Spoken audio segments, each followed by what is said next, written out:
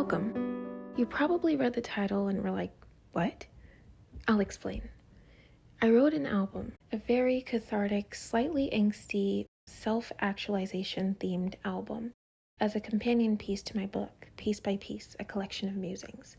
Link in bio. Using Pinterest, not sponsored, but would love to be, I was able to piece together what I wanted my visual album to look like. Yes, I had a dream of creating a music video for each and every song on this album that would flow in and out of each other like a movie. I wrote this album over the course of 5 years, not knowing I was writing an album until the 4th year, and once I finished writing it, a part of me had healed. I had completed that chapter. I was ready to move on to my next passion project, and with it, the next phase of my life. I had more ideas for music that spoke to how I was feeling right then, in that moment. However, I hadn't even produced this album's songs yet.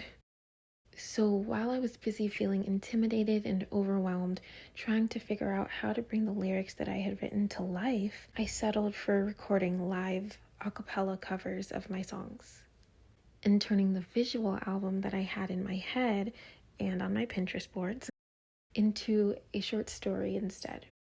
Link in bio.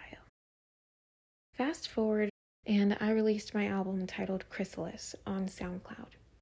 2 singles from the album are available on most streaming platforms.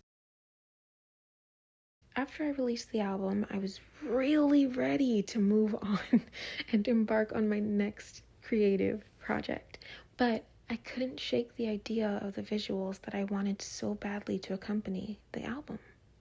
So here I am, painting the visuals instead of filming them.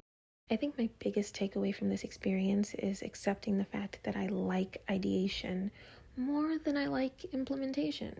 Even if it takes longer than I expected, even if I lose momentum along the way and compromise my vision so I can finish it more quickly, even if it starts to feel like an obligation to my younger self, rather than something I feel like doing right now. I like that I do it anyway. I like that I'm learning to finish what I start, because what I'm learning is creativity and curiosity are closely linked. And when I think of these fantastical storylines in my head, it often takes work, research, discipline, patience, and developing a skill set to bring it to life. And even though the finished product is rarely ever as perfect as I hoped it would be, I'm glad I tried, because as G.K. Chesterton once wrote, if a thing is worth doing, it's worth doing badly. Use this quote with discretion, of course, but in other words, excessive analysis and self-doubt can stop you before you even give yourself a chance to start.